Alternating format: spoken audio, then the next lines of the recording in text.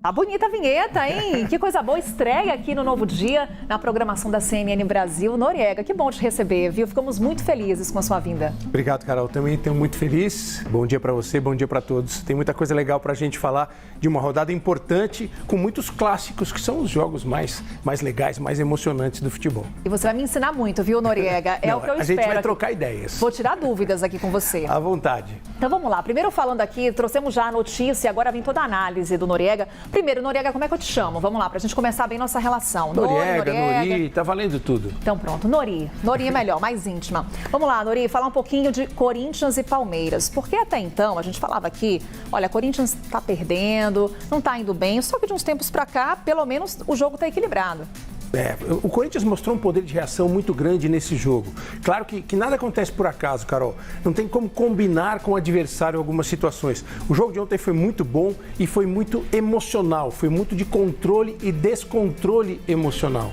O Palmeiras jogou melhor do que o Corinthians, construiu um resultado menor até do que poderia ter construído em termos das chances que criou, mas não resolveu o jogo quando teve esse domínio. Aí entra a questão emocional, final de jogo, cansaço, a gente está vendo os gols, um belo gol do Endrick voltando depois do fracasso da seleção pré-olímpica, que ficou fora dos Jogos de Paris, o segundo gol do Flaco Lopes, até aí só dava Palmeiras no jogo. O Corinthians não tinha como reagir, Carol. Acontece que o Corinthians foi com muita vontade, mexeu algumas coisas no seu time, abriu o time, acha esse gol, uma jogada muito bonita pela direita, o gol do Yuri Alberto.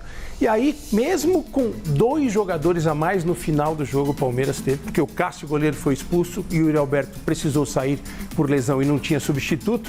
Nesse lance aí é uma infelicidade do Everton, goleiro do Palmeiras. A gente vai ver nessa imagem, Carol, que ele acha que a bola vai para fora. Ele tira o braço.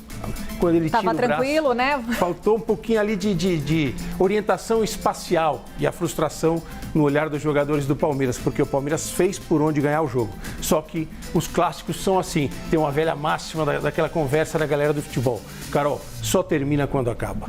Pois é, aí eu destaquei logo de cara a questão do Corinthians, porque teve mudança de treinador, chegou o Antônio Oliveira.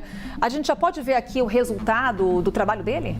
No segundo tempo, sim, porque o Palmeiras tinha domínio total do setor de meio campo. Tinha 5 jogadores no meio campo contra 3 do Corinthians. E quando recuava um desses jogadores de meio campo, o Ranieri, para marcar, ele abria mais espaço ainda para o Palmeiras jogar. O que fez o Antônio Oliveira, perdendo por 2-0? Ele botou 2 jogadores muito rápidos, o Pedro Henrique e o Gustavo Mosquito. Isso mexeu com o posicionamento da defesa do Palmeiras e aí na base da vontade, da superação e em cima dessa desatenção final do Palmeiras, o Corinthians foi buscar um resultado importante que mantém o Corinthians vivo no campeonato. Ainda é uma situação difícil, Carol, em termos de classificação. O Corinthians tem que tirar 4 pontos de desvantagem para ficar com uma das 2 vagas. O Palmeiras tem 4 pontos de vantagem no seu grupo, mas o torcedor do Corinthians terminou o clássico muito melhor que o torcedor do Palmeiras. Pois é, um resultado como esse num clássico influencia muito mais no psicológico dos jogadores ou até mesmo no desempenho deles em campo, quando a gente olha a desatenção do Palmeiras. O técnico do Palmeiras, o Abel Ferreira, Carol, após o jogo, ele falou que é aquele famoso empate com sabor de derrota.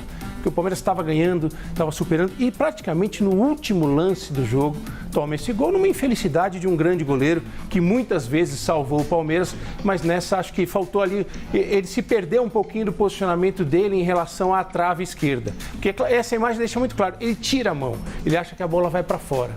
E ao achar que a bola vai para fora, ele acaba abrindo espaço para que ela bata no poste e vá para dentro do gol. Gol do Garro, argentino, uma das boas contratações do Corinthians. Agora, saindo de São Paulo, bora falar do Rio de Janeiro? A gente está falando aqui de clássico em São Paulo. A gente pode avaliar uma questão tática daquilo que eu te falei, Carol? Por favor, só para te explicar Noriega. Por que o Palmeiras foi tão bem no primeiro tempo e por que o Corinthians recuperou no segundo? Agora sim, temos já material, então vamos lá. Isso é muito legal da gente explicar. Olha aqui aquilo que eu falei, da superioridade que o Palmeiras tinha. São 5 jogadores do Palmeiras no meio campo. O Corinthians tinha só 3. Sempre tinha muito mais jogador do Palmeiras em volta da bola. E os jogadores do Corinthians ofereciam esse espaço. Vou até me aproximar um pouco mais de você. O Palmeiras jogou nesse espaço aqui, dentro do campo de defesa do Corinthians, durante todo o primeiro tempo. E o Corinthians tinha 3 jogadores só no meio campo. Um deles ainda voltava para fazer uma linha de marcação de 5. Esse espaço aqui, que já era gigante para os jogadores do Palmeiras, virou um latifúndio. Por isso que no primeiro tempo o Palmeiras atacou, perdeu muitos gols. Esse foi o grande defeito do Palmeiras no jogo. Não transformar as chances criadas em gols. possibilitou que no final, na base da superação, o Corinthians fosse buscar o empate. Ou seja, Nori, o que a gente viu no primeiro tempo, o Palmeiras que entrou em campo no primeiro tempo foi um, o que entrou no segundo tempo foi outro diferente. Principalmente, Carol, depois dos 30 minutos do segundo tempo.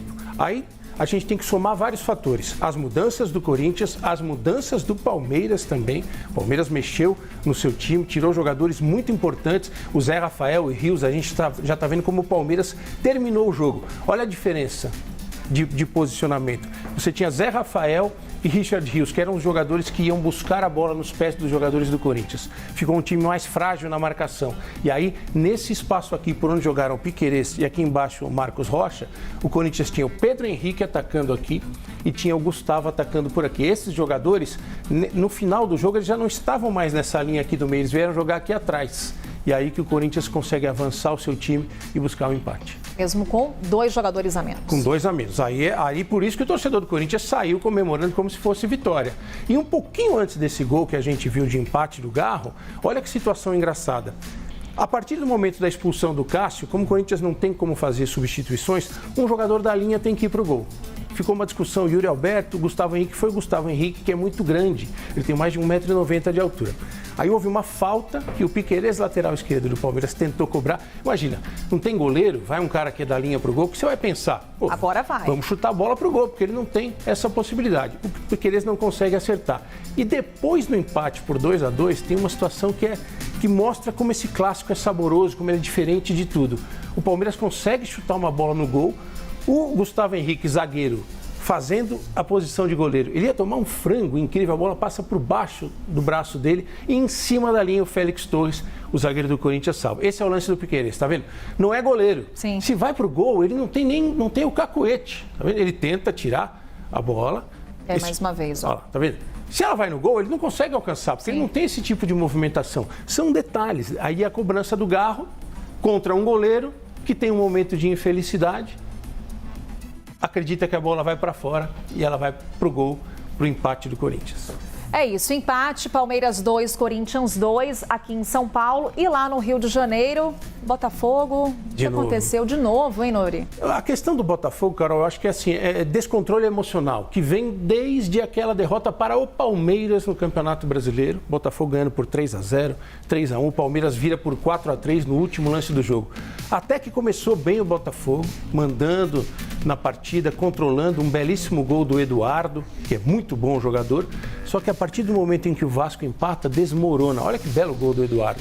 Tudo acontecendo, o Botafogo jogando no seu estádio, no estádio Newton Santos, tranquilo, fazendo a vitória por 1 a 0. Só que a partir do empate do Vasco, numa jogada muito bonita do francês Payet, está jogando muito bem no Vasco, desmorona emocionalmente o time do Botafogo. Aí desanda. E toma a virada, primeiro por 4 a 1 e depois por 4 a 2. Um belíssimo gol desse cara, de novo, do Eduardo, de bicicleta.